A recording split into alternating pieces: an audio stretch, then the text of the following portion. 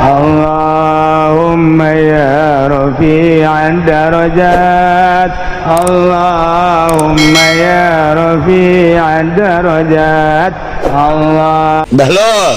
cek raja. Coba ngomong deh dengan nasihatnya deh supaya aing kahibur Gus ya. Kieu tuan raja. Ieu dunia fana, artina fana rusak. Bener. Tapi lupang rusak nama hati manusia nu ngudag-ngudag ngeresep.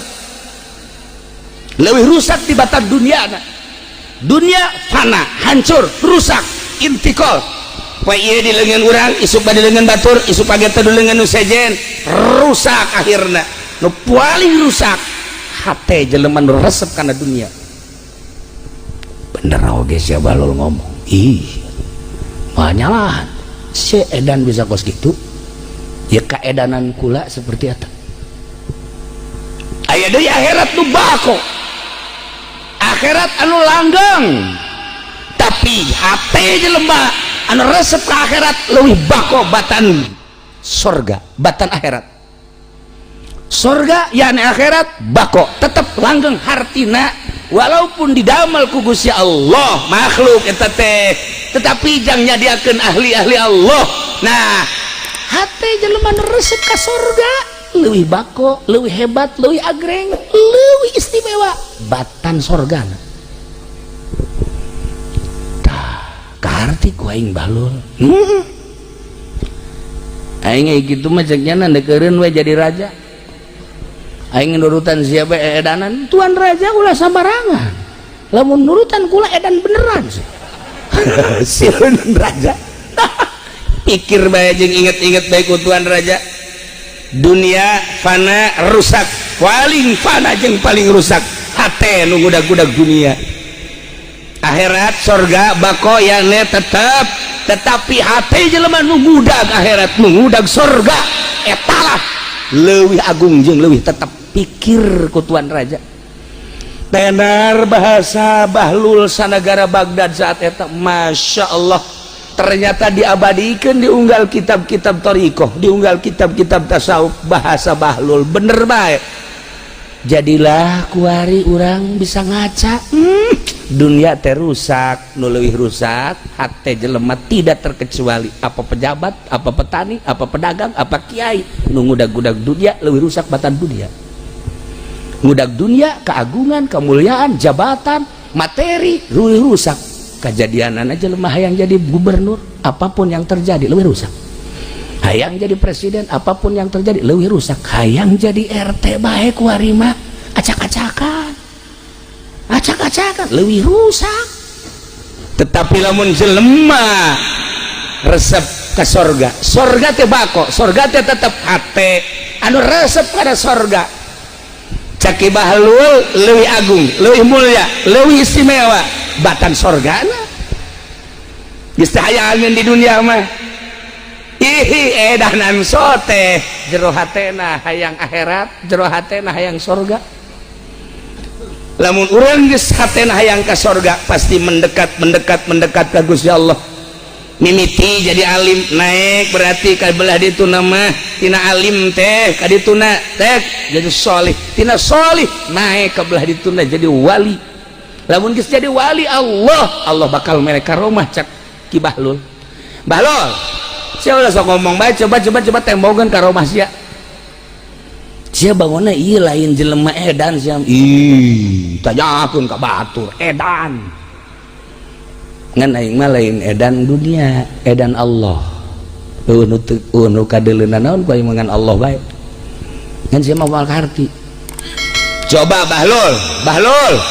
tembongkeun coba ku sia. Naon coba kaistimewaan sia? Hi. Engke bae lamun perang. Engke bae lamun perang kula milu. Kebeneran rencanana saat eta sabulan deui bakal perang ngalawan kafir. Akhirnya terjadilah peperangan mukmin jeung kafir. Ilu Bahlul hei perang di medan laga pohara kafir mana anu henteu kena pedangnya na. Tapi satu ketika kudana kena panah set golepak bae cekel ku Bahlul paeh sia kuda aing bakal paeh geus beresan perang.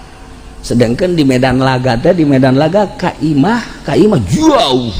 kira-kira bangsa sekitar mun kuari mah 100 kilo kan kudu naik kuda, naik onta, himar, iya paeh kudana. Balul iya urang lalakon balik teh ka ditu teh 100 kilo sia deuk naik naon na kuda kuda sia mana eta paeh kumaha di hudang endek ditumpakan aja kuda paeh kumata sia paeh kumata aing ge hirup tapanana lagi lain hiji ulah loba omong langsung baralik kabeh siap-siap panglima geus ngumumkeun segera kita pulang dengan kendaraan yang kita miliki yang kendaraannya mati maka ikut dengan kendaraan-kendaraan yang ada. Dahlon untuk milu ka mana moal milu ka mana ini sia balik kumaha naik kuda dasar balus edan teh dipaksakeun sia mah sia teh aing nu edan sia teh aing nu edan ye aing nyebut ku raja disebut edan padahal mah edanan nyana raja ka aing nyebut sia balul edan cakat teh aing mah edanan raja itu aing mah jelema bener cinta Allah raja cinta dunia edan bener geus loba omong cak raja teh balik ayo akhirna didelegeun ke bahlul usap kuda sia hamba Allah aing hamba Allah paeh teh ku Allah hirup sakedeung atuh sia hirup hudang kuda geus we tumpakan sia balik ke mah nya kabeh ulah teu kaget bahlul bisa ngahirupan kuda atau ai kitu mah engke emak urang bapak urang lamun paeh maningan kaki bahlul ditiup ku nya harirup deui hebat bahlul bahasa bae udah perhatikeun ku kabehan si bahlul balaguanana cenah kuda bisa hirup deui heran ai mah kaki biasa bae 100 km datang ka ieu mah papa ku anakna bah selamat alhamdulillah ya cetel ya les kuda ya ayo bawa ke itu kaleuweung emang kunaon kitu kubur aya abah sok nanaonan kubur daripada paeh di dieu engke bau bangke gegeran ieu mah ngan sakadar injeuman ti Allah injeuman naon pan ieu mah kuda abah injeuman hirupna teu harti cak anakna ye ieu mah lain kuda abah kuda Allah kamari dibeli jadi nu abah ngan hirupna abah nginjem deui ka Allah beuh bisa nginjem hirup bahlul masyaallah bahawa ku anakna kaleuweung nu kira-kira teu baueun barang kira-kira cak anakna di dieu ye kuburan mah ye geus moal kaambe ku masyarakat gelepek paeh kuda cak anakna ya bener ieu mah paeh kuda haju kaparangi ku ahli-ahli anu perang teh tadi keurang sia ngubur kuda aduh aing heran ka abah sia emang kuda paeh bisa ditumpahkan emang paeh ti ditu kene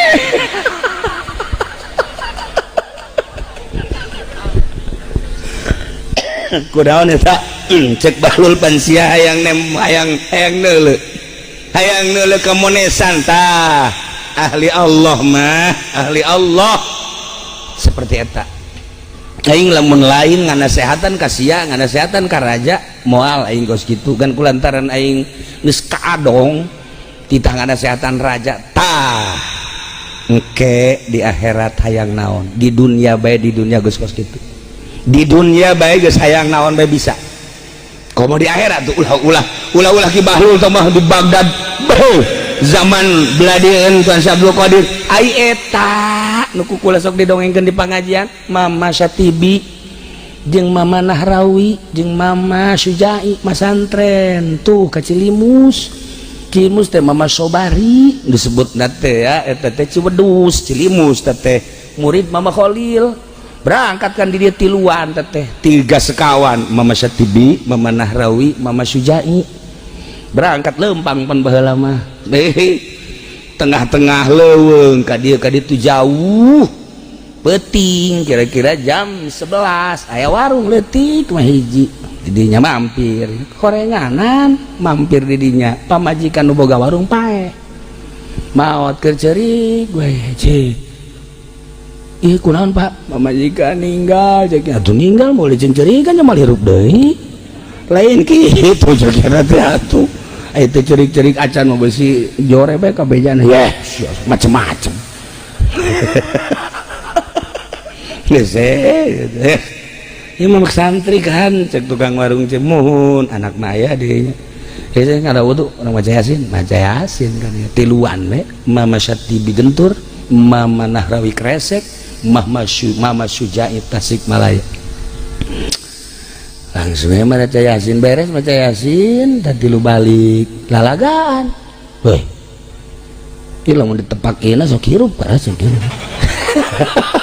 aya tah batak lain leutik-leutik kiai mama Gentur mah mama Kresek jeung mama Sujai beh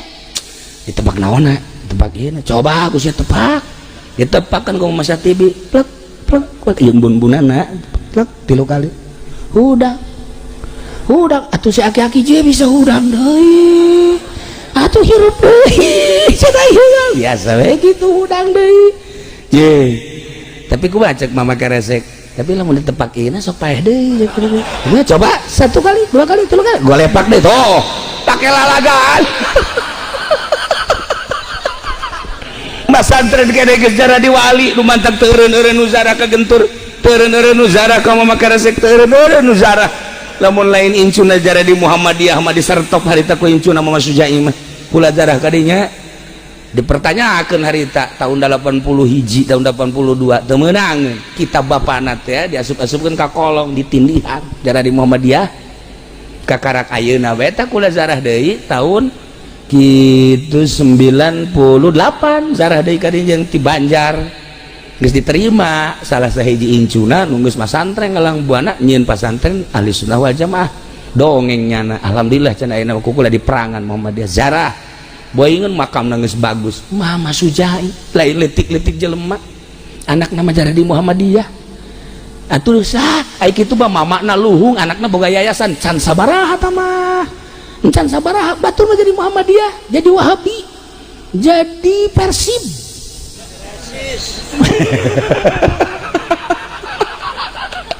Masya Allah Karim nah keur carita ahli Allah Bahlul urang nyaritakeun Bahlul inget ke mama nu area di urang beh Masya Allah ulang lamun nyaritakeun Ki Muhyiddin elmuna dina impianana kan hebat abah kula sok ngadengengkeun harita teh cenah masantren ngan biasa bae kabelah dieuna ngimpi dina impian teh kapanggih lah jeung hiji kiai wali Allah akhirnya dibere cai jadi pinter Ki Muhyiddin berarti adina Kiai di dina Madin apa lanjut kakaknya tuh babak kula mapan di ditu di kosami masantena nah kabelah dieuna ngaji Samarkondi abah teh di Ki Muhyiddin teh kapan keluar Mama Syatibi atuh mantekna luar biasa beuh Samarkondina luar biasa santri kula ge geus pagahan mantek mantek kore martil di bawa bae jeung ragajina malah mah mada begitu ngaji pandai takrir baru takrir Ki Muhyiddin mah almarhum almaghfurlah mun takrir teh lain di deuleu takriranana langsung abah kula ge jada langsung kula ngaji Samarkondi ngaji Sulam langsung taran deuleu takriran kuari mah masantren ka Wardoy masantren ka Ciberem beh takriran sabeca teu muat atuh magahan teh takriran nu masalah sih kan ieu carita otak bae leungit mah leungit takriranna mal magahan ngaji kunaon ieu prebe takriran leungit teu magahan ngaji Ki Muhyiddin abah jago jasa kula inget ngaji di almarhum abah deh mantek teh qauluhu qauluhu komo cenah Ki Muhyiddin mah emang kumaha satu ketika ngaji Samarkondi poho meureun leng Masya Allah encan anggeus wallahu a'lam bishawab geus eureun peuting salat meureun Ki Muhyiddin almarhum ngimpi kumaha ngimpina neuleuh langit bulan caang 14 tanggal 14 turun ke handap set maut nyanana dina impian sare dina impianana nyana nu ngimpi tapi di jero impianana nyana sare turun da bulan datanglah ka dieu plek hudang barang hudang sapu tangan di luhur nang saha eta sapu tangan dibuka Masya Allah isi sanomere sapu tangan geus teu pikiran kana ilmu memikiran teh isa impian kok bisa nyata turun bulan ka dieu ternyata aya sapu tangan geus we teu boga pikiran kumaha kunaon eta sapu tangan teh dia sukeun ka dieu maca kitab nu kamari dek diaji teh samarkon di poho dikitukeun tah si sapu tangan ka dieu keun dibirikeun bae asal maca kitab hese sapu tangan dikadiekeun jadi bisa asal maca kitab nu hese sapu tangan dikadiekeun bisa eueuh nu teu bisa eta almarhum Al-Maghfur Ki Muhyiddin tah teangan sapu tanganna di mana maksudnya lamun iya misalnya maca kitab ya jangan hese kabeh pan atuh meureun sapu tangan ya taluk aing ka sia ya itu mah nu hese teh hiji dua ieu mah kabeh bong cek sapu tangan itu sapu tangan Masya Allah abah dongeng ahli Allah teu sambarangan komo urang nyaritakeun Abu Yat Cidahu Masya Allah kula bae ngaji ka dinya di benak hate teh di budak aya nu ditanyakeun masalahna aya hiji kiai ngaharamkeun make cincin haju kula nyaho ala kadar dina Bukhari jah sunnah nyaho dina fikih teh jah sunnah cara makena gelas santri mah tugas jelas tapi kiai ngaharamkeun akhirna neuk nanyakeun ka Buya ngaji malam Salasa harita teh Masya Allah eta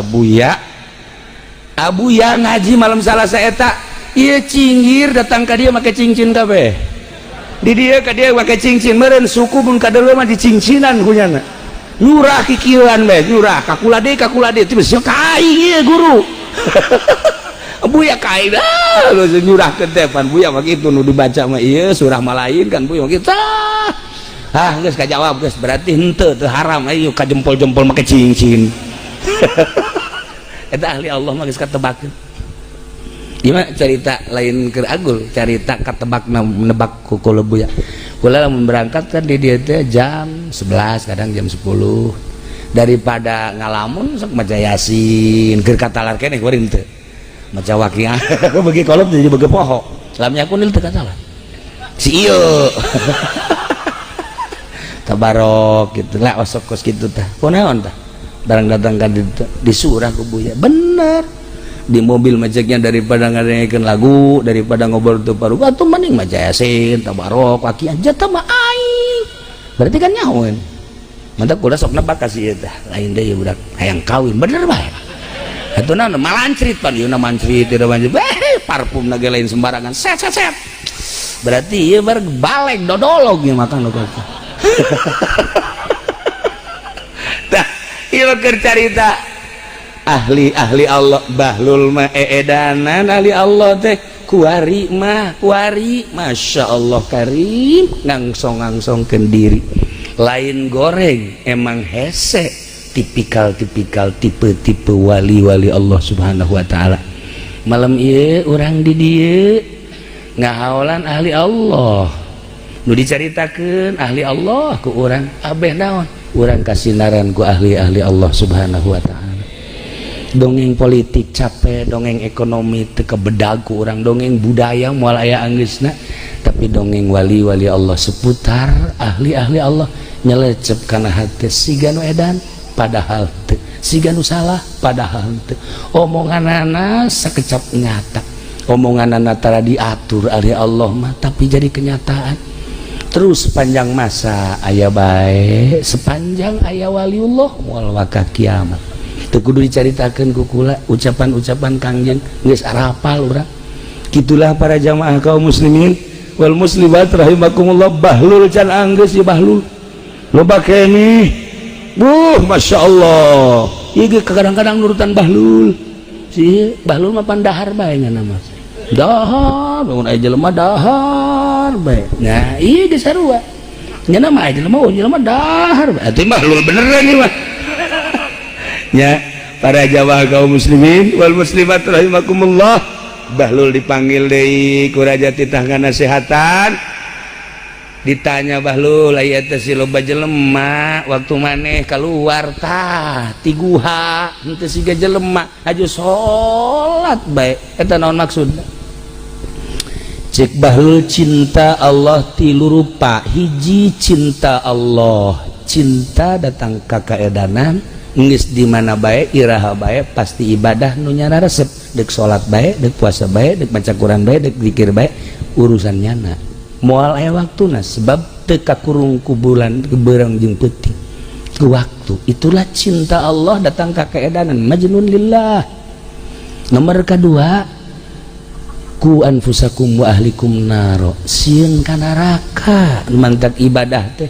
sebab di neraka teh aya kalajengking neraka sebab di neraka teh aya kalabang neraka di neraka teh aya orai neraka hartina diciptakeun tina seuneu berbagai hewan-hewan nu urang sieun diciptakeun ku Gusti Allah tina seuneu sanggup urang ka neraka model kos kitu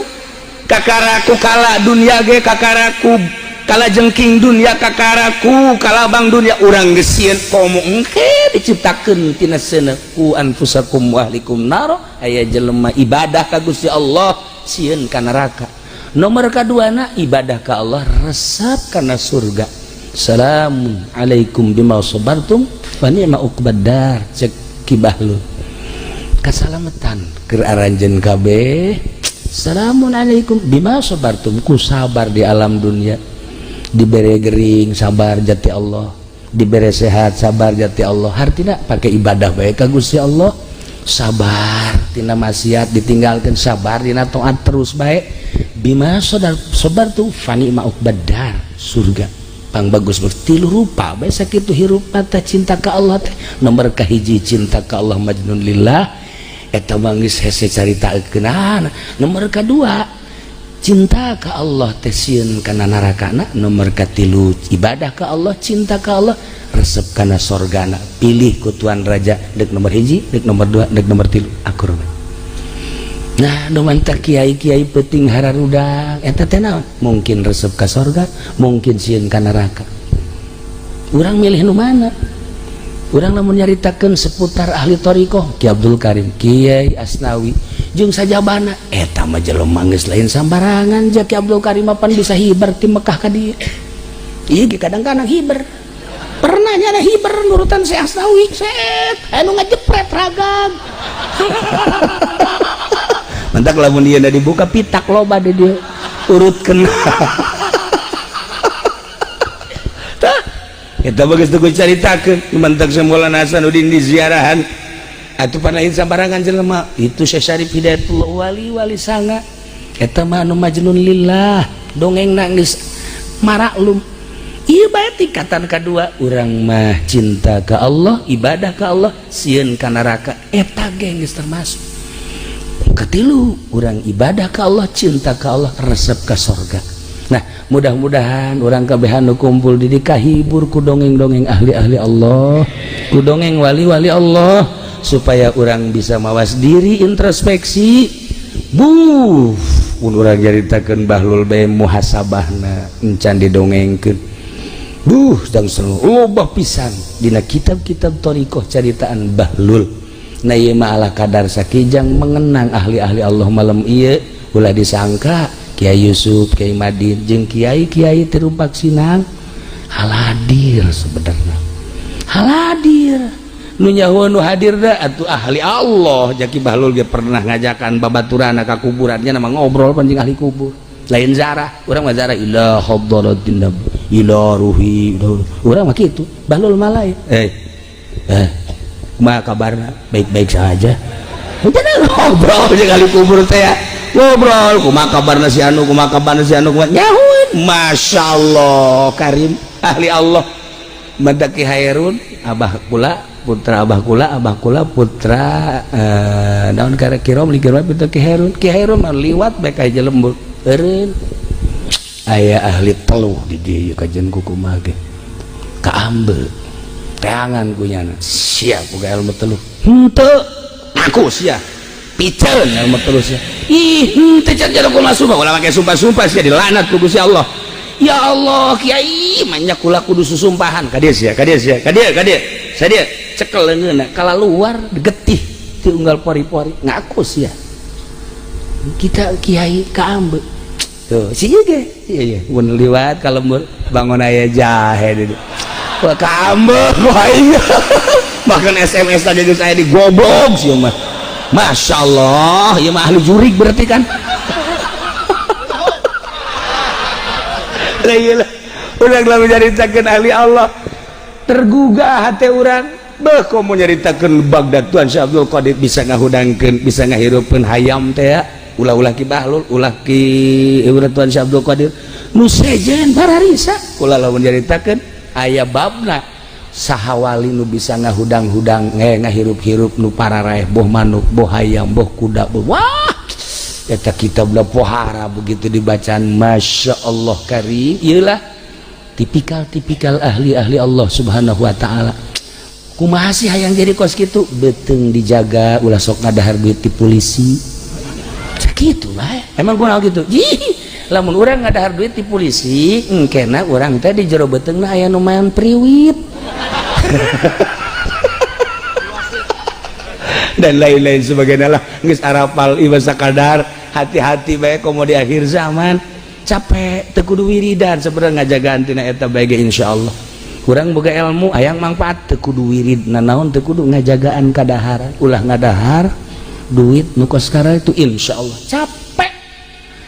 capek pas kitu teh capek masyaallah karim nu urang mun nyaritakeun kiai ulama nu mantak hararebat hebat teh lain bisa hiber lain bisa nepak sancak hebat teh manfaat ilmuna ngajaga kadaharana komo kiai proposal mah nanaonan nanaonan teu salah ngan teu jadi ahli Allah teu salah ngan sakadar neangan ilmu jadilah ahli ilmu ilmiah atuh bagus ieu mah keur carita ahli Allah pan lain deui gitulah para jamaah kaum muslimin wal muslimat rahimakumullah urang doakeun almarhum almaghfurah mudah-mudahan dihampura sakabeh dosana mudah-mudahan dilegakeun jeung dicaangkeun kuburanana keluargana mudah-mudahan dibere kuat neruskan sepak terjang almarhum almaghfurlah sehingga bersinar sanajan deket pasantren batur masalah itu udah pasantren kene pasantren gering zahir batin teman dah iyalah para jamaah kaum muslimin wal muslimat rahimakumullah mudah-mudahan dibere naimul qabri ku Gusti Allah kitu keneh guru urang Ki Madin kiai di rumpak sidang teguh disebutan jeung guru-guru urang sekaligus mudah-mudahan diberi kenikmatan kubur ku Gusti Allah urang kabehan murid-muridna jeung pecinta-pecinta guru urang mudah-mudahan kasorot ku nur ilahina urang mudah-mudahan bisa cinta ke Allah jeung ngeunaheun ibadah akhir hayat urang mudah-mudahan husnul khotimah bi barakati ummil Quran al-Fatihah. Bismillahirrahmanirrahim. Alhamdulillahirabbil alamin arrahmanir rahim maliki yaumiddin iyyaka na'budu wa iyyaka nasta'in ihdinas siratal mustaqim siratal ladzina an'amta 'alaihim ghairil maghdubi 'alaihim waladdallin. Hapunten tina samudaya kalepatan sareng kakiranganana ka urang dieu nomor kahijina mah atuh kula masa urang dieu bae jasa sering kaparangi jeung urang-urang dieu nya jeung ulah aya sekat-sekat urang jeung urang teh adapun kula keur ngomong jang sakadar ngagugah hati belah ditudak supaya orang bisa bentak ningali Allah subhanahu wa ta'ala. Aduh lantaran manis dibere obat teh ieu teh kudu pahit bertentangan jeung darah tinggi dibere obat darah tinggi bertentangan jeung manis atau jeung emah. Nah ieu sangat bertentangan kumaha ya kos kitu teh diimpus urang di dia bae di rumah sakit di ruang ICU boro-boro sasaha anak jeung pamajikan ge geus semeunang ngalayan geus di ICU bae geus mobil ambalayah di imah perusahaan urang ambalayah di unggal kota pamajikan urang sakitu garelisna nu luar biasa tanah urang satungtung deuleu geus puguh pake mah kitu keneh beas di gudang geus teu kacaritakeun wah luar biasa imah lain hiji bae unggal kota boga imah kuari urang aya di ruang ICU bejakeun Muhammad ka jelema kos kitu saha nu bisa nyalametkeun coba bejakeun hartana bisa nyalametkeun jual ku sia harta jang nyalametkeun nyana imah bisa nyalametkeun sok bawa ka dinya imahna mobil Cadillac na nu termahal di dunia nu bisa nyalametkeun ka dinya bawa ku nyana atawa wanita cantik urang Karawang urang Surbang anu ngegel muter teh bawa ka dinya bawa atau orang Libanon anu cacadeun irung mata ceuli jeung sajabana bawa ka dinya moal aya geus kieu bae ngagolong napas lagi geus dibantu make oksigen dilayan ini temen bapak temen usaha bapak dina hatena ngabur sia teu aya aing mah didatangan ku sia oh babaturan korupsi didatangkeun ka dieu goblok sia ini temen bapak pak temen apa temen usaha bapak oh jangan dina hate mah teu bisa ngomong lah inditkeun aing keur ka Allah sebenarnya tapi lamun datang mah ini santri mana ya santri nu tetangga bapak teh nu teluk ditanya nyana deuk macakeun Yasin diuk di dinya tadi hayangin saat eta mah tadi didatangan ku santri supaya kabantu-bantu nginget-nginget Allah aya laku santri mah geus kos kitu malah mah nyana teh amanah coba si santri teh kiai tita ka dieu kitu bang macakeun tang cai ji atuh keimanan mah janten Allah nyana geus ge Allah teh inget ka mobil teh inget ka imah teh inget ka istana teh inget ka jabatan teh Allah bejakeun Muhammad saat anu bisa nyalametkeun saat kritis modal kos kitu apakah nyala boga pikiran harta bakal nyalametkeun moal aya apakah nyana boga pikiran imah mewah gedung istana nu bakal nyalametkeun teu aya apakah manusia anu sering mengelilingi dirina nu bakal nyalametkeun teu aya malah gilaeun kana kos kitu salah sebabnya nalage tad'unahu tadarru'an wa khufiyah nyana saat eta mangadua ka Gusti Allah anu luar biasa DP na jeung sasamaran di jero hate bahasa sumut ge Allah-Allahan bahasa hatena ge Allah-Allahan moal aya anu muntayang ka makhluk moal aya anu muntayang ka harta moal aya nu muntayang ka jabatan moal aya nu muntayang ka tahta jeung kerajaan saat eta mah tad'unahu tadarru'an wa khufyah hiji Allah bejakeun Muhammad saat anu bisa moal aya nu bisa nulungan yang nyalametkeun kabeh ge saat urang keur kena musibah di kapal saat urang kena musibah di udara saat urang kena musibah ragag misalnya ti luhur gunung moal inget kana naon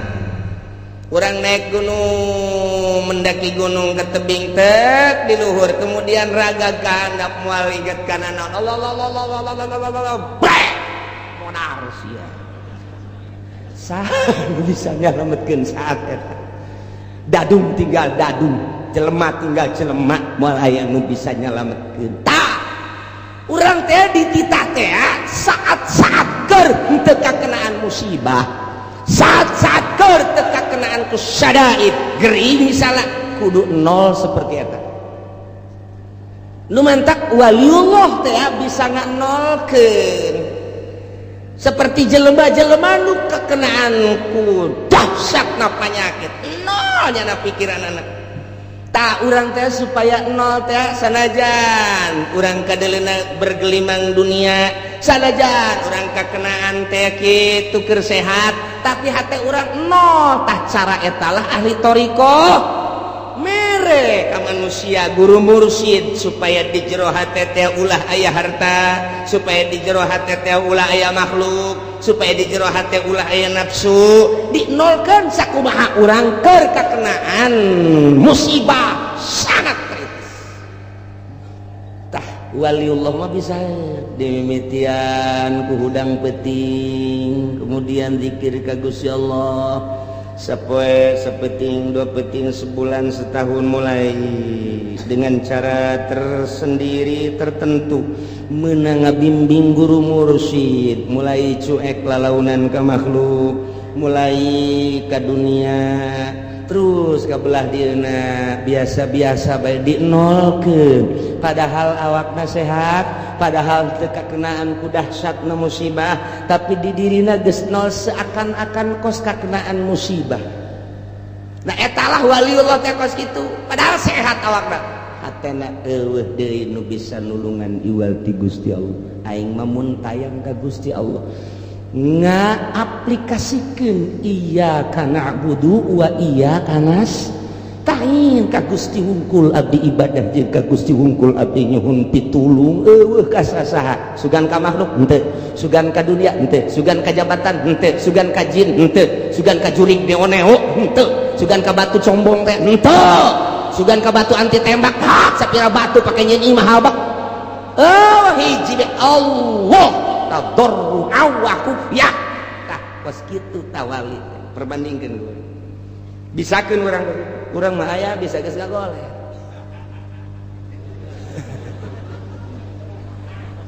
arawas urang kata ingat ka Allah recok kakena teh tipi pareuman teh ngagoleh tadi nungguan bawa isuk bae sore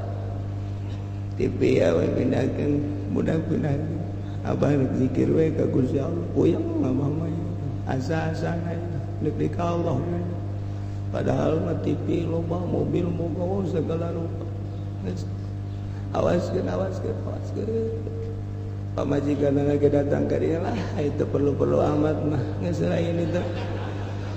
jaga sewa rasa tuh kos kitu mah tuh diusapan tinggal diusapan geuna sote keur sehat boro-boro keur ngagoler kitu nyeri hulu ge diusapan ku nu geus teu hayang asana menyon bae beungeut sia tah kadeuleuna ku aing eta nyeri hulu bae menyon gadeuleuna beungeut padahal mah geulis nyeri hulu kau boy geus kritis geus bae ka Allah malah nu tilok zikir ge di tasbihan di dinya pan sokna kan nu gering teh padahal tilok zikir tilok naon tasbih boga dekir ceknya nama tasbih meureun bisa nulungan henteu tasbih mah itu dipake mah ku tasbih tinggal tasbih bisa dibabeteun ku jurig bisa tasbih mah itu dipake Allah napas kalur Allah geus sebab kanyeri geus luar biasa geus lain hayang sosonoan jeung awewe geus lain hayang leurempangan make mobil mewah geus lain hayang barang dahar makanan menu anu lazat lain ieu mah hayang nangis ka panggih Allah bae lain hayangan asa geus dihareupeun we Allah saha anu bisa moal aya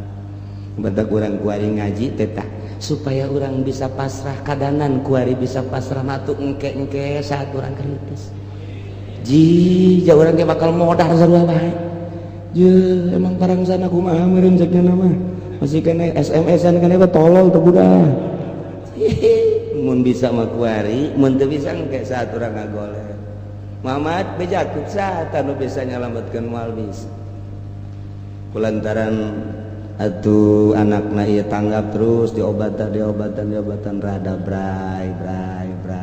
cager rada deres puyeng rada eueuh tanaga rada aya cek remote mana sial teh urang Cikupa geloblon remote naon ki remote TV mana remote TV emang apa laki deuk TV kesel abah TV gadegeun nu gede TV na setel seserian tolong menikmati kamar kamari saminggu ka tukang awaskeun TV garieun jangan awas kuari barang leungit TV remote na mana kun aing jadi incuna di talian gua itu jelema teh pos kitu percis eta teh lain batur sia ya Karim, ya urang kasinggung ukurannya, masya Allah pohara jasa, ya Allah teh kos kitu tangga bejakeun ka orang percis, ya Allah ya Rabbi, bejakeun Muhammad, saat di lautan, saat anu bisa ngabebaskeun jeung nyalametkeun, di saat udara di udara, kakenaan musibah saha anu bisa nyalametkeun, di saat nyana kena penyakit anu sangat kritis, mun tayang ka saha bejakeun coba, di saat recokna kekayaan budaya politik ekonomi riweuh saha nu bisa nyalametkeun bejakeun ka ahli Mekah qul bejakeun Muhammad ka ahli Mekah eta mah moal bisa aya anu nyalametkeun anu tadina manehanana ngomong waktu keur kakenaan ku musibah mah ngomong nanti bari ngadoa ka Gusti Allah la in anjaytana min hadhihi lanakunanna minasy syakirin cekupar-kupar Mekah lamun mah Gusti Allah teh nyalametkeun ka kami tina musibah nu sakieu dahsyatna lamun mah Gusti Allah bisa nyalametkeun ka kami tina hiruk pikukna kahirupan lamun mah Gusti Allah bisa nyalametkeun kana panyakit anu luar biasa dahsyatna nu tiba ka Gusti ka kaula andai kata dileungitkeun ku Gusti Allah nyana ngadoa di jero hatena kos kitu doana mun teh mah Gusti Allah nyalametkeun lanakunanna minasy syakirin kami bakal syukuran ka Gusti Allah bakal iman ka Gusti Allah pas itu kabehan gitu orang-orang musyrik di mana kakenaan ku musibah mun tayangna tetep ka Gusti Allah nyana ngadoa ka Gusti Allah di jero hatena baik langsung ku sungut kadenge maupun jero hate nyana ngadoana tabarrua wa khufya DP bari jelas tur di jero hatena langsung ka Gusti Allah lain anjaitana min hadhihi Gusti lamun teu mah Gusti nyalametkeun lanakunanna minasyakirin kami deuk iman lamun jelema anu mukmin jelema anu Islam nyana ge ngomong di jero hatena bahkan kasaksian ku babaturanna lah cenah lamun geus cager mah kula mah deuk ngaji bae deuk ibadah bae moal maksiat deui babaturanna tatanggana komo keluargana mah kabehan ge ngadengekeun di barang disalametkeun ku Gusti Allah nanyakeun remote deui blon aya aki-aki lain aki-aki aya jelema budak ngora tabrakan barang tabrakan teh parah luar biasa dihimpus terus dibawa ka ICU kabladieuna rada deres diurut-urut nu pararotongna terus kieu bade mana ngomong ka babaturanna geus aing mah deuk tobat moal mabok deui moal judi deui lah maka rasa jasa iki nyaho cagernya henteu mun ku Gusti Allah dicagerkeun aing mah deuk ka masjid bae deuk ibadah bae geus hayang mah kos kitu sieun bae saknyana ge aju rada deres bisa make tungket saeutik Jumaahna ge jam 10 batur can ka masjid jangan geus ka masjid urang lembur ge nyarahun jasa kadeuleu ku kabehan ku jadi getol eta jelema budak ngorak-ngorak keneh terus bae dihareup nya nama ditihang lantaran ngajojor sukuna teu bisa ditilebkeun sabulan 2 bulan 3 bulan rada deres bisa nilep masih keneh ka masjid kan jam 11 terus ku hari mah geus teu kudu make tungket ka masjid keneh ngan jam 12 kurang 10 ku hari mah bisa deui naik motor babarengan jeung baturna geus teu wauheun ka masjid eta di Cikupa anu kos kitu percis aslina mah urang Cilongok sih Cilongok Bandung eta kos kari itu nya ge ngomong di jero hatena aing lamun cager mah deuk ibadah bae ka Gusti Allah moal maksiat deui ieu eta percis kos urang Mekah andai kata lain anjaitana min hadhihi lanakunanna minasy syakirin kos kitulah manusia kos kitu manusia ya Allah ya Rabb Gusti Allah bejakeun Muhammad ka para musyrikin Mekah ka para kufar Mekah moal aya nu bisa nyalametkeun janang aing tamah nu bisa nyalametkeun bejakeun Allahu yunajjikum minha wa min kulli kab Allah nu bisa nyalametkeun ka ranjeun kabeh tina musibah nu sakitu dahsyatna wa min kulli karbin jeung tina sakabeh kasusahan nu terjadi ka dirina moal aya nu bisa nyalametkeun kecuali Gusti Allah ketika disalametkeun kunaon atuh summa antum tusyrikun begitu disalametkeun mun teh mah tadi dina kapal teh naek ka darat musyrik deui padahal ke waktu oleng kapal mah di tengah-tengah lautan jang muntayang ka makhluk ka babaturan iwal ti ka Gusti Allah nyana ngomong lain anjaitana Gusti mun nyalametkeun ka abdi tina musibah kapal ieu mana peuting mana poek mana angin luar biasa mana ombak luar biasa diberitakeun di kunahoda bakal cilaka kabeh muntayang Gusti lamun salamet abdi dak iman begitu disalametkeun kunaon atuh summa antum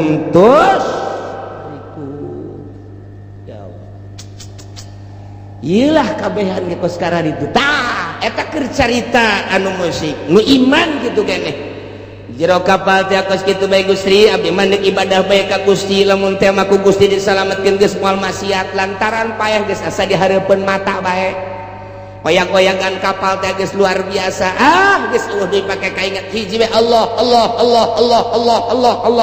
napas kaluhur kahanap Allah disalametkeun ku ari ku Gusti Allah datang ka anggar datang ka pantai biasa salamet seserian deui edahan ngan sakadar dongeng doang nu takadina nyana ngomong di jero hatena Gusti lain anjaitana lamun Gusti nyalametkeun abdi mah rek ibadah begitu datang deui ka darat nonton TV deui percis kos karari itu Masya Allah kari ieu kadeuleu ku mata urang kanyahoan jasa boh tatangga boh babaturan ulah ka tetangga ka babaturan diri urang heula kitu pisan diri urang pernah janji baheula Gusti pedagang blok nyeun imah 2 tingkat pagerna luhur jasa teka dirian ku batu mobil saling ganti pakaian bulang bereleng luar biasa dahar sakumaha kahayang nyana luar biasa maju usahana blek melian tanah gere gering jual tanah itu gere gering terus keneh bae mobil jual tinggal imah doang jual imah ge ya aya istilah lah harta mata talang raga jual kabeh anak raja bah jual bae bah lah nu penting abah cager tanah menang melian beak mobil menang melian beak kabeh perusahaan ge ambruk tinggal imah-imahna nu pagerna luhur teh 2 tingkat jual ku ari meuli nu sederhana gering can cager keneh bahkan leuwih kritis di jero antena Gusti lain anjaitan lamun Gusti nyageurkeun ka abdi Gusti abdi malah deuk tobat moal ceroboh cara kamari karasa jasa ku abdi mabok abdi zina abong-abong loba ka fakir miskin ka yatim abdi teh henteu ngalingseuh tatangga abdi ge geus sabodo konon ka abdi bongan abdi mah deuk tobat Gusti andai kata ku Gusti abdi dicagerkeun aju Gusti ngangkatkeun deui kana perusahaan abdi sakumaha biasa deui geus abdi mandeg 180 derajat hirup abdi teh deuk ibadah ka Gusti abdi rek peduli kana zakat rek peduli ka fakir miskin ka yatim piatu tatangga abdi ku abdi lah deuk disumbang bae geus abdi mah hayang ngos kitu bae Gusti cagerkeun Gusti blak bisa deui dieu bae ngobrol jeung keluarga abah rasa cager abah alhamdulillah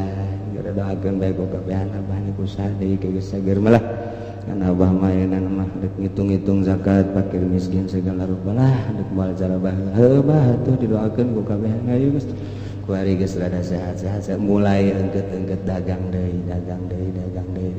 mulai awal-awal mah bager hitung Gusti zakatna sabaraha can loba ieu pantang mah hitung zakatna sok tetangga bagikeun rapi bagi gede poho deui kuari asupkan nelayan deui di Jati jeung lurah-lurah asup deui kuari kabarbar asup deui kuari ancruk deui tak eta kamari mah lain anjaitana Gusti lamun nyageurkeun ka abdi lanakunana minasyakir abdi deuk ibadah ka Gusti tapi kunaon begitu dicageurkeun janyana ge nyaho nu nyageurkeun teh Gusti Allah summa antum tusyrikun. Endahan ambalayah deui lain saeutik teh di lemur urang nu kos kitu kanyahoan kasaksian ku urang teh ambalayah hampir 99,9% kitu jasa. Ya Allah, bejakeun Muhammad qul huwal qadiru ala ay yab'atsa 'alaikum 'adzaban min fawqikum aw min tahti arjulikum aw yalbisakum syi'an wa yudhiqa ba'dakum ba'sa ba'd. Muhammad bejakeun ka para kafir-kafir Mekah lamun terus bae musyrik ka aing, teu percaya kana ajakan anjeun, teu iman kana ajakan aing, cak Gusti Allah bakal nurunkeun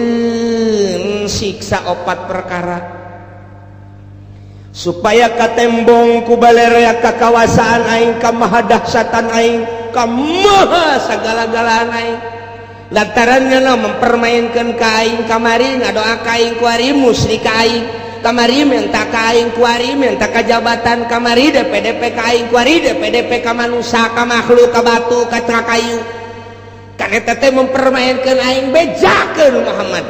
hayang dauleuh ka karawasaan aing bakal nurunkeun 4 siksa. Ya Allah, qul bejakeun Muhammad wal qadiru ala ayyab'atsa 'alaikum 'adzaban, aing maha kawasa, aing maha sagala-gala cak Gusti Allah. Lamun kitu bae petana aing bakal nurunkeun ka makhluk khususna ka urang Mekah umumna ka saha bae siksa 4 perkara. Ya kan? Hiji azaban min fawqikum, siksa ketimbul ti luhur. Bentukna engke aya hujan teu eureun-eureun, nya poe hujan banyak buah wacak.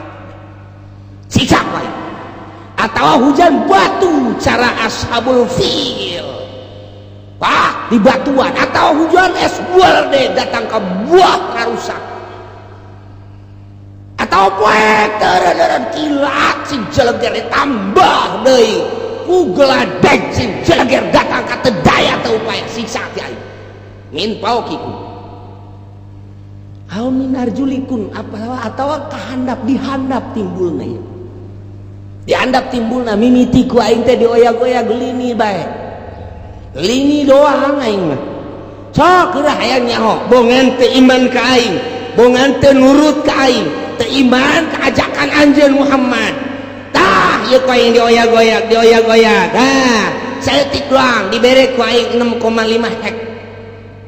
Nah, kulantaran terkep bae, rada digedekeun ku aing. Digoyangkeun doang ku aing bumi. Engke ge lamun Omah Irama jadi presiden, asana bumi goyang.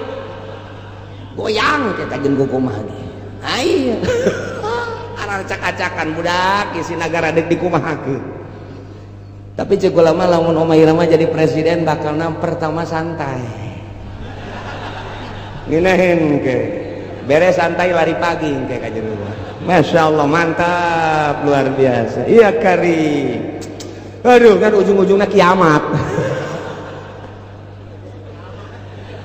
Teu bareres dak. Ya Allah, serius ya, langsung ngerti. Aduh, ya Allah, ya Rabbi. Iya, ya. Siksa tadi ti luhur geus bejakeun Muhammad. Nomor kedua lamun teu percaya bae teu iman ka aing tiada. Mimiti lini. Kedua masih kene iman kene kain gempa wae rusak para rotong para risek jalobana siksa ti aing. Mun masih kene bae amblas ka jero deuleu di padang datang ka kuari teu puguh kuburanana diambleskeun ku aing 1000 kejadian padang teh dibalikeun bae ku Gusti Allah kadele nama gunung rek nimpah imah sabaraha ribu manusia nu kuarih teu disolateun teu dipandian siksa ti aing atau tsunami model Aceh sia 200.000 manusia orang Indonesia sekaligus ya tambah sih orang-orang luar tsunami luar biasa tambah ku aing encan inget keneh bae ka aing tambah ku aing tuh tsunami di Ciamis Pangandaran encan inget keneh bae gunung ku aing dibitukeun can inget keneh bae Lapindo ku aing hayo sia Parindah kemana sia can inget keneh bae sia ka aing can iman keneh bae tambah deui sia ku aing awas sia sakali ieu dibantem sia ku aing Gunung Merapi sia kena datang ke Bojong sia ka Pasar Kemis mah ulah liwat kesempatan Ya Allah ya Rabbi Gusti ya Allah tuh saya Gusti Allah ayo sia mun teu ti luhur ti handap mun masih keneh bae teguran ti luhur geus ku Gusti Allah masih keneh teu iman keneh bae atawa masih keneh muara siat keneh bae teu pernah bae jelema nu sugihna teh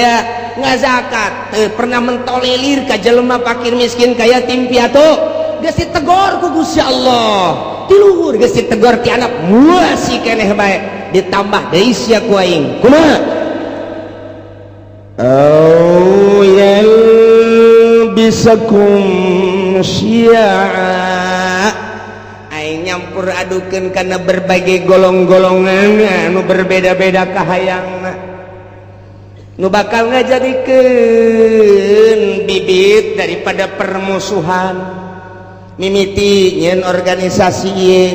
lantaran aya nu deui nu boga kahayang nyeun deui organisasi ye aya deui nu boga kahayang nyeun deui organisasi ye aya deui nu boga kahayang nyeun deui perkumpulan ieu aya deui nu boga kahayang deui nyeun deui perkumpulan antara organisasi-organisasi teh eta teh teu alalakurna mulai dirinya bibitna kalaluar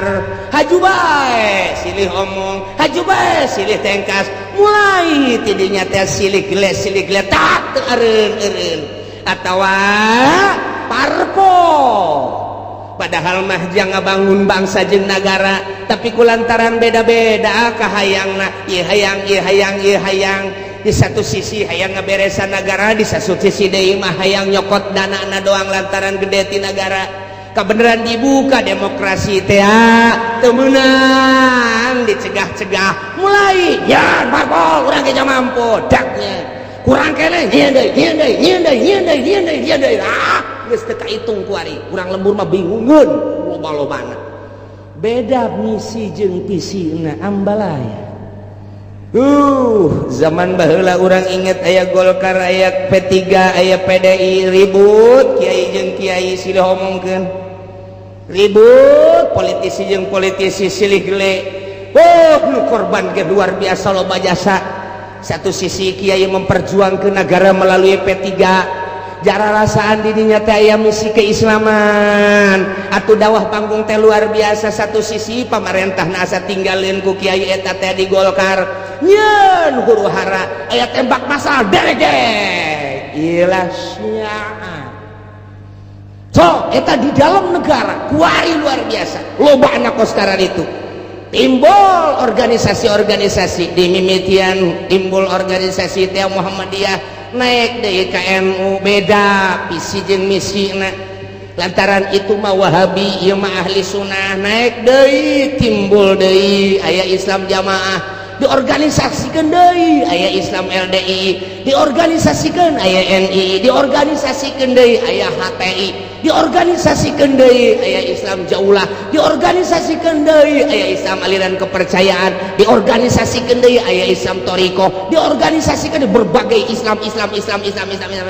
beda kabeh suarana timbul huru-hara aya di Qur'ana kos kitu mantak ahli tafsir mah senyum bae teh aneh jak Gusti Allah geus nyaritakeun lobana kahayang merupakan siksa lantaran naon poho ka Gusti Allah kabeh di balik nyeun organisasi aya udang iya aya udang di balik batu aya tah kos kitu nah numenteknya organisasi sok diradesek komo dek aya kepentingan negara bisaan Jasa Soeharto mah buat organisasi Pancasila buat KNPI buat organisasi tek-tek jeung bengekna dijieun supaya ngadukung ka ditu anu henteu milu kadinya sok deula tumpas kot kitulah keayaan Kiai bisa antara Kiai Golkar jeung Kiai P3 jeung Kiai PDI kuari teh dimodernkeun Kiai modern jeung Kiai Salap ribut luar biasa Kiai Salap jeung Kiai Salap ribut tuh ieu teh geus aya ieu teh merupakan siksa lantaran kabeh teu ka Allah ieulah siksa ti Gusti Allah ausian awyal bisakum syi'a teu karaha sakurang toel kurang Kiai eta tuh aing sarua ka Allah aing ngaji kos kari itu ngomong toel Kiai sok sangeunahna bae loba omong ayo bae urang berjuang sia di dieu aing di dieu kabeh teu bisa dihijikeun visi dan misi disatukan teu bisa kabeh ngabogaan visi jeung misi nu berbeda-beda ribu ya karim Masya Allah lamun sarua dek ngabangun bangsa jeung negara atuh daon make jeung silih gelek silih tumpas silih omongkeun silih ajukeun ya Allah ya Rabbi kuari geus 3 di Indonesia anu mangtak ngajadikeun huru hara besar KPK polisi hiji deui naon ayo coba sia kuari geus jadi 3 ngakar tek geus Masya Allah geus teu bisa naon kitu ngaranna harmonis kuari teh geus dihandapna geus siap dek perang kuari abdi geus kabagi 3 pihak ieu pihak itu pihak ieu geus kos kitu di Indonesia lantaran boga kahayang pancenah ieu teh negara urang pancenah ku urang dibangun dana ngakan ti masyarakat kunaon atuh kuari teh kos karan itu polisi geus teu percaya ka KPK KPK geus teu percaya ka kitu yudikatif geus teu percaya deui ka legislatif geus teu percaya deui ka eksekutif main silih salahkeun DPR kuari nyalahkeun polisi polisi kuari nyalahkeun KPK KPK terus bae nyalahkeun DPR DPR nyalahkeun polisi polisi nyalahkeun KPK di BPK ngajukeun berpermasalahan supaya tetap diangkat eksekutifna kuari kasienan berontak melalui yudikatif ieu negara urang ieu negara urang deuk kumaha coba pikir cenah dek ngaberesan masyarakat nyanana beresaneun nyanana beresan urang mah teu kumaha je kieu bae nonton nyana ieu teh kuari teh kos kitu mun hayang nyaho di negara urang lamun sok mengamati politik di Indonesia seperti eta geus teu kudu nonton TV teu kudu ngadengekeun radio ngaji sia di dieu bakal nyaho dan saya kieu nyaho ti mana aing mah susuganan bukan aing mah susuganan kos kitu bae lah pokona mah lamun aing salah deulekeun je nu mantak sakieu deui bakal ditangkep kaje nu di luar mah ulah kena nyaho ji tuh polisi geus teu bisa ngamankeun DPR lantaran DPR nyalahkeun polisi polisi KPK ge sarua bae geus kos kararitu ku ari teh pelaksana sebagai eksekutif kuari geus kasienan lantaran nu mentek kasienan teh kabeh baroga salah sedangkeun RI 1 geus amanat awas sampai tembus awas sampai tembus awas sampai tembus awas nyana bae sieun besi tembus teu urusan rakyat endeu ka rumaha coba lamun dibukakeun eta kakarak judulna doang tak kakarak judul tah geus mulai tah urang nyaho tah geus mulai tah di koran mah hese mendingan ngadengekeun aing bae sia aing mah bener dek henteu kos kitu we pokona mah tah je emang kumaha gitu masyaallah timbul yalbisakum syi'an eta secara nasional secara internasional campur tangan bule di urang emrik hayang cicing di urang berleha-leha di nagarana henteu boga potensi bumi teu boga potensi negara hanya jual beli alat perang hasil produksinya cau di Amerika mah, hui di Amerika mah, suag mah komo jasa di Amerika mah. Mun urang ke Amerika coba urang ka ditu teh hayang suag moal aya di urang teh hayang suag jeung naon atuh neangan awi moal aya di Amerika mah. Nu sok pake nyayur teh anak awi naon ngaranna iwung. Coba neangan di Amerika mantap kuda teu betah ge iwung neuleunya na ka Indonesia aya iwung aya awi aya cau aya anak cau. Aduh luar biasa dideuleu kunyana hasil bumina minyak aya logam aya dan lain sebagainya cekel huluna loba omong sia guys waing ye iman negara ulah loba omong yang sabaraha sia geus teu bisa padi mah rakyat mah lah ngomong ieu teu bisa ya tembak sia ya wah saya sebar persen sia jipan lain gula dok merek kabeh ya udah tanda tangan teh beres cicingnya nanti di nyin gedung di Indonesia luar biasa. Lambat laun ternyata loba anu dibawa ka ditu dibanding jeung nu dinimbrati ku urang. Nah mulai dibuatlah kepercayaan bule di orang ngadu di antara politisi di luhur ya kepercayaan bule ya kepercayaan rakyat ngadu. Nah timbul huru-hara internasional bakal naik, timbul huru-hara internasional bakal naik. Taya di Indonesia ge tinggal pencet knop doang jegur ujian anak. Emang kumaha gitu rakyat geus teh sudi jasa di bawah kikieuan. Tetapi pemerintahnya tidak mentolerir geus ka rakyat. Tetapi ieu kan bumi pertiwi Indonesia Bhinneka Tunggal Ika 135 juta rakyat Indonesia cak Raden Homa Irama disatukan oleh Bhinneka Tunggal Ika. Dek kumaha gitu geus tinggalin tambah kali mah 135 juta lain 39 juta ku ari mah bung jenggot.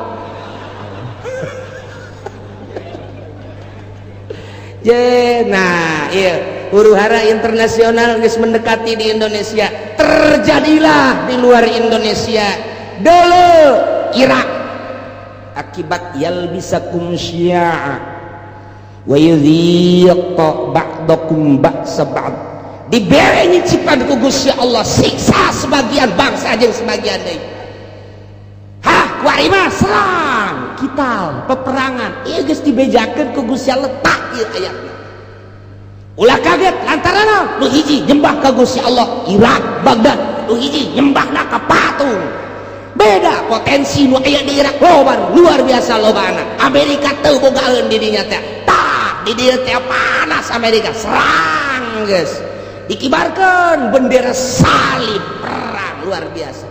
Di dinya muatanna loba. Diawali ku potensi bumi nu dipake kahayang ku Amerika lantaran teu daya teu upaya supaya menggebuk. Nah bendera salib perang salib kuari dipaekeun perang lah dahsyat ti ditu modar ti dieu bae kabeh ngaran-ngaran perang mah pararah bae yalbisakum syi'a wa yudhiqa ba'dakum ba'sa ba'd ditimbulkan ku Allah bakal siksana kumaha ialah diaduk-aduk ku Gusti Allah melalui syiar organisasi golongan-golongan wa yudhiqa ba'dakum dibere ngasaan ku Gusti Allah sebahagian bangsa ba'd ku siksaan sebagian bangsa deui perang multinasional jeung Irak dia kasaksian ku selesai eta berangkat deui Libya selesai Libya Syria suara nu datang ke urang geus macam-macam urang mun maca koran lokal mah kos kieu mun maca koran internasional mah kos kieu mun maca berita-berita mah kos kieu tinggal urang bae bingung sementara nu boga berita asli nu bogana adalah Amerika. Urang tidak aya teu upaya soal berita aya ge selundupan berita nu asli apa iya apa tidak mulailah dikaburkeun Bashar Assad teh merupakan Fir'aun lah. Satu sisi Bashar Assad ia telah memperjuangkan bangsa dan negara melalui agama Islam. Satu sisi jaritakeun Bashar Assad teh ia adalah Syiah anu luar biasa. Satu sisinya nama Wahabi, satu sisi deui Ahli Sunnah wal Jamaah. Nu jelas mah urang kebingungan kabeh. Supaya naon? Supaya mendukung ke Amerika. Teu nyaho keasianana kumaha? Tah kos gitulah wayal bisakum syi'a wa yudhiqu ba'dakum ba'sa ba'd. Perang dia kulantaran disuplai ku Iran, Amerika neuleuh heula bahaya. Sebab di Iran aya 3 rudal anu luar biasa. Nomor kahiji rudal Husein, kadua rudal Hasan, nomor katilu rudal Ali. Ngaranna ge teu kira-kira. Ngaranna teu kira-kira rudal Husein lamun diberangkatkeun datang ke Amerika. Rudal Hasan bisa ngajegur jang Amerika. Rudal Ali mah bisa neangan musuh susulundupan. Endeu kumaha coba hayang. Cak Amerika keketaan heula. Jieun heula coba hayang nyaho ku urang. Sok pancing melalui Israel. Melalui Israel berangkat ter jeung Palestina. Menang Amerika eta teh. Begitu dahsyat luar biasa. Nah, Palestina supply dar. Hanya 9 hari Israel kabur. Tinggal cek Amerika angkat ulah bahaya. Kita cari dulu. Lain eureun neangan kelemahan.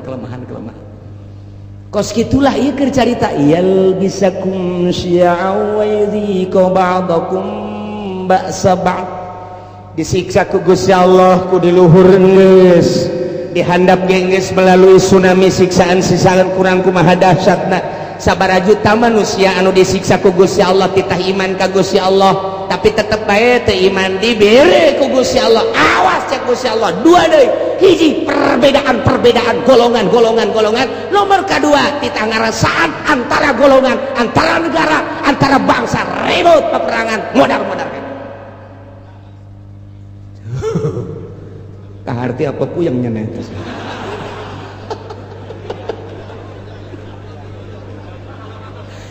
internasional dibawa kurang channel guys encana guys berurusan anak Taliban terus bae militan di mana aya perang di dinya nama aya Osama bin Laden geus eueuh ditambah deui ku ari tetep aya ditambah deui ku organisasi HTI secara internasional jauhlah ge secara internasional araya di tiap-tiap peperangan teh berbagai organisasi ja peperangan kamari bae di Israel orang Indonesia bagi aya ka ditu kok nyeplos ka ditu model urang teu nyaho aya nu nyeplos kos kitu lamun teu direkomendasi ku RI da moal bisa. Sementara kapan orang teh negara teh aslina teh manut ke Amerika, tapi kok aya orang Indonesia di ditu ja perang Irak aya orang Indonesiaan di ditu. Perang Iran aya orang Indonesiaan di ditu. Ih orang Indonesia mah asana mah nya nama Okos Bunglon. Okos Bunglon nya nama. Bisa kade-kade tuh batak Indonesia lain lalagaan ditakuti ku orang Amerika. Teka caritakeun orang Palestina di Palestina aya orang Malaysia, teka caritakeun di Palestina aya orang Thailand, teka caritakeun di Palestina aya orang Korea, tapi orang Indonesia mah aya di ditu. Malah keur waktu perang kamari multinasional aya nu nembak begitu dibuka ieu na ieu penyet ieu. Wah, cek orang Amerika ieu mah lain orang Irak, lain Iran, lain Taliban. Coba status seorang mana? Begitu di dalam ya karib kurang puta anu gede hutang teh kabur ka ditu paeh hirup-hirup cek aing daripada Indonesia sangat diperhitungkan. Masya Allah tak poso ribut poso nasional teman-teman tapi berbau internasional saha nu lempang ka poso. Ternyata aya sababaraha organisasi dilarang ku pemerintah tetep bae datang ka ditu. Namun teu datang ka ditu poso terus-terusan nu dipencit ustad teh, nu ditembak kiai teh, anu dipanah, nu dipedang. Datanglah organisasi ti urang. Padahal teu dimeunangkeun ku pemerintah. Poso-poso bae datang ka ditu. Ngibarkeun bendera. Perang siap. Mau dibejakeun ku kula organisasi nu mana? Ngan nyana minta izin ka kula. Bos sombong amat cenah sekali-sekali sombong lah. niku bae Indonesia mah kos kitu eta di Palestina bae aya di Taliban teh aya ya Allah ya Rabbi nu mantak aneh eta pan kudu make kapal udara haju kudu make biaya pan eta teh atuh make naon kitu ngaranna birokrasi perjalanan anu luar sakedangkeun steril. Oh steril luar biasa mau kemana tujuannya apa tapi aya kan di itu Masya Allah mentek ke mun perang deui urang diajakkan itu naik naon cenah kiai ngojay paeh di laut asana ieu mah meme perang geus malodar Indonesia ulah sembarangan di Indonesia nu diperhitungkeun ku Amerika sangat diperhitungkan Indonesia mangke bae perangna terakhir bae cek dana tetap di perangan mah di perangan terakhir asana bangsa Haji Mamun mah paeh ti heula moal kaburu nya nama geus siksa ti Gusti Allah leletikanana di urang antar kampung leletikanana ti urang antar desa leletikanana ti ku urang antar kiai kunaon eta lantaran boga kahayang kiai ieu ngayakeun ieu kiai ngayakeun ieu teu harmonis ribut kiai jeung kiai syi'an wa yudhiqu ba'dakum ba'sa ba'd hayang rada gede melalui organisasi-organisasi hayang gede deui melalui parpol cerita tentang perbedaan di parpol anu geus teu aneh deui kuari makin dibesar-besarkeun makin digede-gedekeun urangnya ketika PKB naik bos sabaraha nu paeh saat harita sabaraha ieu ge ieu cantang tu ka hareupeuna lantaran armada Prabowo anu luar biasa armada jenggot anu luar biasa armada wah geus pohara ieu mah main ke bakal nata nah ieu sing ada ieu beusi jadi siksa ti Gusti Allah mun sia teh iman ka aing mun sia teu taat ka aing teu takwa ka aing bere siksa opat hiji ti luhur min fauqikum dua ti hadap min arjulikum mun ti luhur jeung ti dihadap teu dianggap awas yel bisa kumsian aing yeun tata golongan engke golongan lain sakadar cicing wa yuziko ba'dakum ba'saban ribut perang. Jadi berarti ke saya tiri tunan mantak cekang jeung Nabi inna ummati sataftariku ala sintaini wa sab'ina firqatan sayana umat kaula bakal paberencai ngajadi 72 golongan kabeh ngaku ahli sunnah padahal ma'an najiyatu firqatun salamat mah bakal sapirqah jararieun jelema golongan atas namana Islam boro-boro organisasi cacak-cacak partai ge make atas nama Islam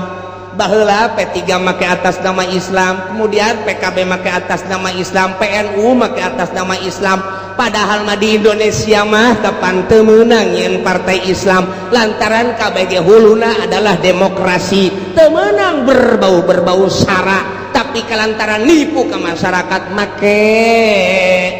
aturan Islam lain aturan make lebo Islam ujung-ujung nama atuh teh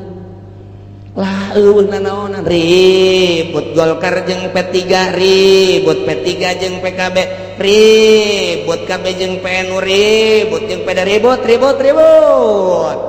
nah perputaran pilpres nu tahun itu sabaraha anu paeh pilpres kamari sabaraha anu paeh tinggal pilpres anu bakal sing hade lantaran merupakan siksa urang mangadoa bae ka Gusti Allah Subhanahu wa taala jadi kukumahakeun ke negara urang teh tetep kos kieu bae sebab can aya nu niatan untuk merubah membangkitkan semangat rakyat jeung bangsa mengarah ke jujur jeung adil can aya ku ayeuna sakitu mah cuek-cuek bae biasa-biasa bae wae milih bae ngan ulah datang ka kagusur-gusur eungkeuy-eungkeuyan teu nyaho maksud sing hade lantaran ieu teh ya siksa ti Gusti Allah ku luhur geus ku handap geus dibuatlah hasil urang keneh ieulah yal bisa kumsya wa yudhiqu ba'dakum ba'sa ya Allah ya Rabbi numantak kanjeng Nabi waktu turun ayat ieu ngadua ka Gusti Allah langsung nangtung kanjeng Nabi koma Nabi sallallahu alaihi wasallam fatawadhu langsung ala wudu beres ngala wudu fasa'ala rabbah ngadoa ka Gusti Allah ngadoana ya Allah alla yursila alaihim azaban min fawqihim wa min tahti arjulihim wa la yalbisa ummatahu syi'an wa yudhiqu ba'dahum ba'sa ba'd. Ngadoa Kangjeng Nabi seperti eta tah Gusti ulah diturunkeun ka umat abdi siksa ti luhur, ulah diturunkeun ka umat abdi siksa ti handap, ulah diturunkeun ku Gusti siksa anu campur aduk berbagai golongan organisasi sehingga ribut ko ba'dahum ba'sa ba'd ulah ribut antara bangsa abdi jeung bangsa abdi, umat abdi jeung umat abdi. Gusti nyuhunkeun ka Gusti ngadoa Kangjeng Nabi teh lantaran dibukakeun hijab ku Gusti Allah teh ribut kampung jeung kampung, desa jeung desa, kabupaten jeung kabupaten, provinsi jeung provinsi, berbagai manusia huluna kiai jeung kiai, politikus jeung politikus teh ahli ekonomi jeung ahli ekonomi, antara provinsi jeung provinsi, antara negara jeung negara, walah ditembongkeun ku Gusti Allah teh umat paberencana anu luar biasa sehingga bergelimpangan mai ti berbagai negara-negara. Kangjeng Nabi nangis ngadoa Gusti ulah terjadi seperti eta atuh Gusti. Kumaha tah waktu eta fahabata ilaihi Jibril alaihi salam, Allah ngutus malaikat Jibril turun tak dijakeun Jibril ke Muhammad, ya Muhammadu innaka sa'alta rabbak arba'an,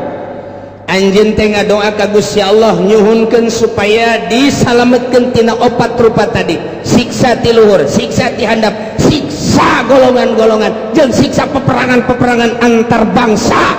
Nah fa'atauka isdatain wa mana'aka isdatain, nu dua ku Gusti Allah diijabah, nu dua mah henteu. Bebeja malaikat Jibril dua diijabah dimuhunkeun ku Gusti Allah, nu dua henteu. Naon nu dua cek Kangjeng Nabi ya Jibril, layatiyahum adzabun min fawqihim wa min wala min tahti arjulihim yastasiluhum. Nu dua siksa ti luhur jeung siksa ti handap mah moal dina ayana ge eta teh moal terlalu dahsyat.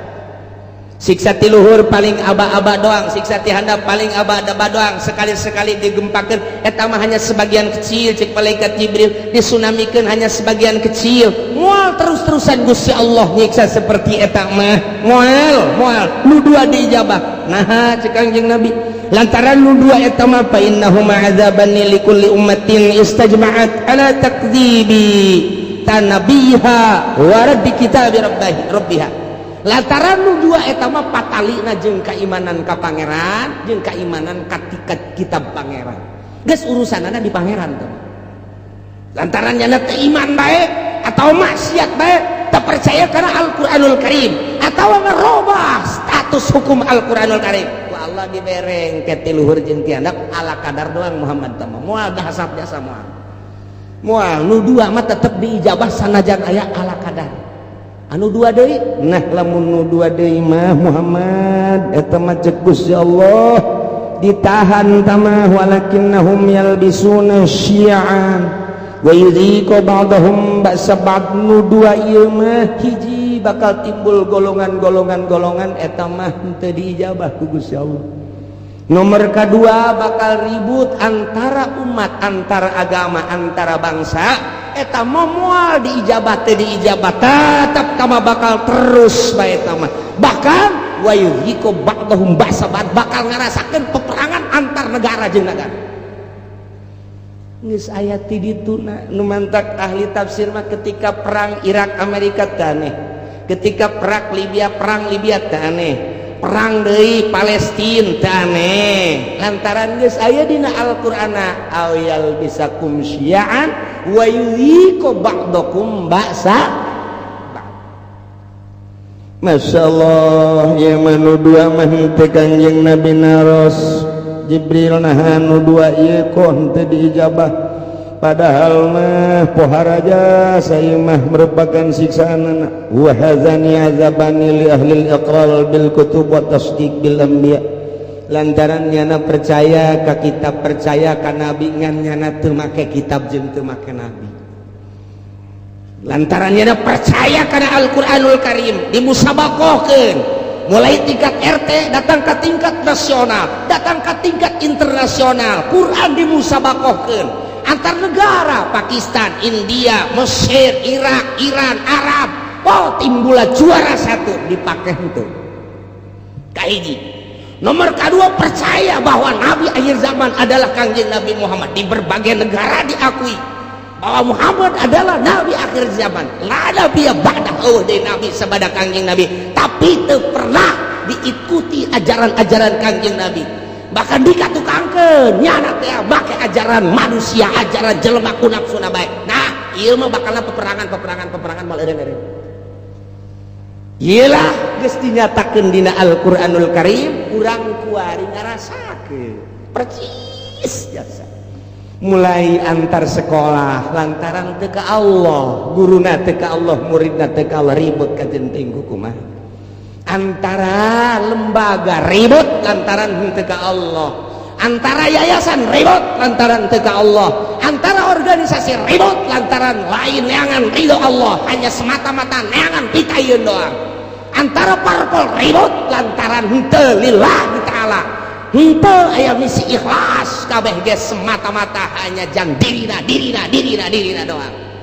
Nah iyalah bakal moal eureun-eureun siksa nu dua mah. Hiji, yal bisakum syi'a, bakal timbul golongan campur di dieu. Nomor kedua geus aya golongan yuziqu ba'dakum ba'sabad, golongan nu ieu nyerang ka nu ieu nyerang kana, timbullah peperangan baik di kampungna sorangan, di negarana sorangan, atau antara negara bakal terjadi teu bisa tamah lantaran doa Kanjeng Nabi teu dijabah nu dua ieu. Tinggal kudu kumaha tuh cak sahabat kami lamun aya di negara kemudian situasi geus model kos kitu ya Rasulullah. Andai kata kami hirup kemudian hirup teh datang ke zaman model kos kitu, timbul organisasi golongan-golongan, timbul parpol-parpol, timbul kabehan ge kahayangna anu masing-masing, jeung kabeh hayang ngarealisasikeun kahayang-kahayangna memaksakan diri. Anu dijieun modal mah kapan eta teh rakyat bae, dari rakyat untuk rakyat, boloon teh podol sero eta bae kabeh ge anu dipake omong-omongan Gusti. Mun datang ka zaman eta kumaha cakang yang Nabi, maneh mah cicing bae ya zamil buyut, cicing bae maraneh di imah masing-masing, wa'budullaha ibadah bae maneh ka Allah, nyalametkeun diri. Ulah milu engkeuy-engkeuyan jeung jelema kos karari itu kajen teuing nu kitu mah kitu bae. Cak sahabat atuh engke nagara kudu kumaha? Engke ge aing nyieun, engke bakalna kesatria cak Gusti Allah. Saat aing deuk ngararapih nagara eta di mana geus kacau, engke aing bakal nyieun kesatria rijal bahasana. Engke rijal ku aing ditimbulkeun anu gagah luar biasa, engke ge moal paharti ku otak-otak manusia saat eta. Bakal mimpin bangsa, mimpin umat, mimpin negara di luar konstatir manusia. Engke ge bakal ditimbulkeun ku aing tah ke geus aya kesatria, bakalna ke kakarak umat nuturkeun satungtung can aya kesatria mah ulah bakal. Cek manusia engke cirina kumaha Gusti eta kesatria nu bakal mimpin bangsa model kos kitu teh? Cirina deuleu bae engke si Semar. Bakal boga ponggawa opat manehanana teh kabeh ge khawarikun lil adat. Deuleu engke si Semar cak Gusti Allah. Ah manja cenah. Kanjeng Nabi geus nyahon ka Semar. Ya Semar mah belah dieu tamah zaman kamari, tamah zaman Wali Sanga Semar mah tamah mimiti aya wayang gelar kadua, wayang kulit katilu, wayang golet. Jadi dinya kok Kanjeng Nabi nyahon ka Semar. Ai sia otak teh diteunden di dengkul belon. Wayahna coba tunaikeun ka dada. Ye si Semar teh eta teh adalah lambang seorang wali. Hiji si Semar masa lilana tilok make baju. Nomor kaduanya nama lamun lempang tilok rurusuhan. Nomor katilu di mana lempangnya nama luak liuk bae. Eta si Semar kos kitu. Jeung deui tara bertindak di mana-mana encan musyawarah jeung si Cepot. Sia seuri sok tongton meureunnya. Tetepnya nama kudu musyawarah heula jeung si Udel jeung si Cepot jeung si Gareng, tetep musyawarah ke masukan tidinya. berarti nyanana mati lok turun langsung kege aya tangan-tangana tetap ahli Allah mae gitu. Jadi didukung ku para ahli Allah geus lamun make bajuna hurung herang keneh lain si Semar mah geus urang teh angan ke calon presiden anu henteu make baju siapa bodoh jasa siapa aduh bodoh jasa teh angan ke calon presiden anu henteu make sapatu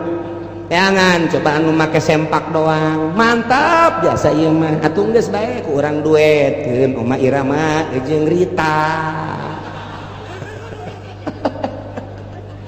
ya Karim ya Allah ya Rabbi. Nah ieu ku Kangjeng Nabi disilokakeun engke ge aya ahlullah al-arif billah nu bakal mimpin negara nu mantak baheula teh kurang kumaha gagahna di Indonesia berbagai kerajaan-kerajaan coba Sunan Rahmat diutus ku Gusti Allah dilanjutkeun ku para sunan diakhiri ku Sunan Cirebon eta kabeh ahli-ahli Allah Subhanahu wa taala. Banten nu katengah katelah degeulna lantaran boga ilmu pucuk umun di dinya di mana hibar satungtung deuleu ngalengkah 45 kalengkahan diutus ka dieu teh Maulana Hasanuddin ahli Allah tumbang nu kos kararitu kuari ge lain teu nyarkel kana ilmu kabeh ge ieu bangsa di DPR pusat teh nyekel ilmuna ilmu dugala kabeh lantaran manehanana ditembak supaya ngebul di anu supaya anu nyekelna ilmu kararitu wungkul lantaran ieu nu kuari mah tapakna kabeh ge di Pelabuhan Ratu jeung Nyi Roro Kidul. Masya Allah satungtung can kadeuleu ke bakal aya kiai ge menyuarakeun kiai nu asli ikuti urang lamun di deuleu kamari eta Gus Dur teh kosi Semar ja. Percis kosi Semar. Coba ge amati coba. Coba ge amati ku tukang wayang makanya nyahoan ge. Satungtung can aya ulah waka. Lantaran ieu mah raradutan kabeh ge. Geus salametkeun diri urang saat engke sakedeung deui urang batur ihyak-ihyakan urang mah Allah. Batur kampanye urang mah salat duha be Allah duitna mah cokot teh kita sia mah sok kitu bae sih blon jadi bener na ieu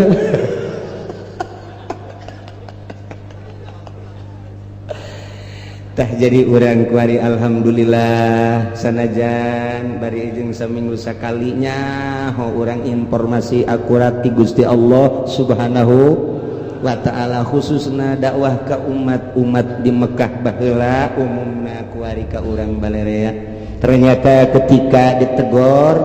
didakwahan ku Kangjeng Nabi teu iman teu percaya datang ka kiwari ge kitu bae bakal dibere opat rupa hiji azabam min fauqikum tiluhur bentukna engke mungkin hujan mungkin begledek mungkin kilat mungkin hujan batu badai dan lain sebagainya angin topan angin beliau dan lain sebagainya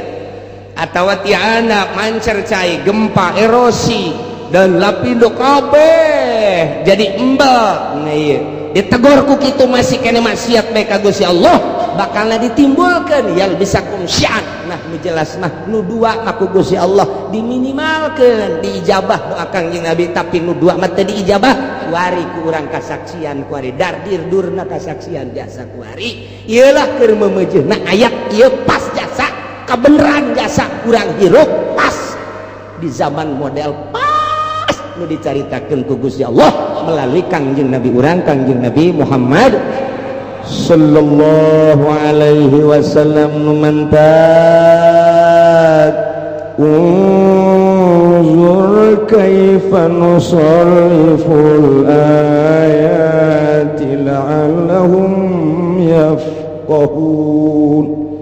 pikir ku anjeun kumaha Gusti Allah ngajelaskeun kana dalil-dalil kekawasaan Gusti Allah Allah mah maha kawasa moal aya nu bisa nyalametkeun di awalna ge tadi ketika saat-saat kritis saha nu bisa nyalametkeun ketika dahsyatna siksa dahsyatna penyakit dahsyatna musibah Nah ieu teh baik ti luhur maupun ti handap atawa dibentuk ku berbagai organisasi atawa ku parpol, eta teh merupakan siksa anu dijual mah rakyat jeung bangsa jeung negara, padahal mah jang beuteung na masing-masing eta teh siksa dikorbankeun rakyat hanya demi seseorang, dikorbankeun rakyat hanya demi golongan. Tak eta teh nang Gusti Allah tah dek mun tayang kasaha cak Gusti Allah, aing teh keur nembongkeun ka maha kakawasaan aing, ku aing dijujurkeun jeung diadilkeun nang aing, dihancurkeun ge deuk teu dijujurkeun dibakalarkeun nang aing. Unzur pikir ku sia, pikir ku anjeun, pikir ku maneh, kaifa nusarriful ayati kumaha aing geura ngabulak-balik ngajelaskeun dalil-dalil, baik dalil nas Al-Qur'an langsung dibaca maupun dalil langsung kejadian-kejadian alam atau manusia nu buang kalara. Deuleu maksudna naon? La'allahum yafqahun, supaya nyararaho bahwa anu ngagular-gilar ngabulak-balik anu ngarobah-robah na ieu nagara jeung manusia teh lain sasaha iwati Gusti Allah Subhanahu wa ta'ala. Anak itu berarti ulah mun tayang kajabatan, ulah mun tayang ka tahta, ulah mun tayang ka manusia, ulah mun tayang ka harta, mun tayanglah kanu ngagular-gilar ngabulak-balik ngarubah-robah ieu alam, ieu manusia, ieu negara, ieu bangsa. Saha tadi kan geus ditanya, saha anu bisa nyalametkeun? Qul Allahu yunajjikum, nu bakal bisa nyalametkeun mah Gusti Allah Subhanahu wa ta'ala. Setelah urang nyaho nu bakal nyalametkeun Gusti Allah, engke ge Allah mere sabab ka manusia ka satria, nu bakal nyalametkeun bangsana engke ditimbulkeun ku Gusti Allah ahli Allah anu selalu ka Allah bae. Beurang jeung peuting mentana ka Gusti Allah ke manusia ge bakal paham kana caritaan-caritaan kesatria eta. Ieulah seorang waliullah, nyana nyamaran engke aya di nagara, engke aya di pedagang, engke aya di petani, engke aya di kalangan cacah, engke aya di kalangan menak, selalu aya nyana mah hadir diakui ku berbagai lapisan masyarakat. Eta lah engke nu bakal mawa bangsa jeung negara di tiap-tiap negara masing-masing, baik di Indonesia maupun di luar Indonesia. Amerika nu selalu jadi musuh sebab Yahudi kadinya, komplotan etalah nu bakal jadi musuh biang keladi lantaran didinya bakal nate timbul Yahudi anu bakal jadi sasarana tatap Islam baik mulai di timur tengah datang ke urang ka dieu. Tinggal urang mun tayang ka Gusti Allah, mudah-mudahan urang kabehan ditangtayungan ku Gusti Allah, bangsa jeung negara urang ditangtayungan ku Gusti Allah, rakyat jeung pembesar-pembesar ditangtayungan ku Gusti Allah, sehingga Allah mele perturungan ka urang kabehan, urang dibere buka mata hati urang, mun silak neuleuh mata hati urang, sehingga urang kabehan aya dina ridho Allah Subhanahu wa ta'ala. Babarieun Gusti Allah mah tina bangkawarah jadi bener, babarieun Gusti Allah mah tina manusia-manusia teu bener jadi bener, sehingga urang pas aya dina parentah Allah Subhanahu wa ta'ala. Amin ya rabbal alamin. Wa kadzdzaba wallahu a'lam.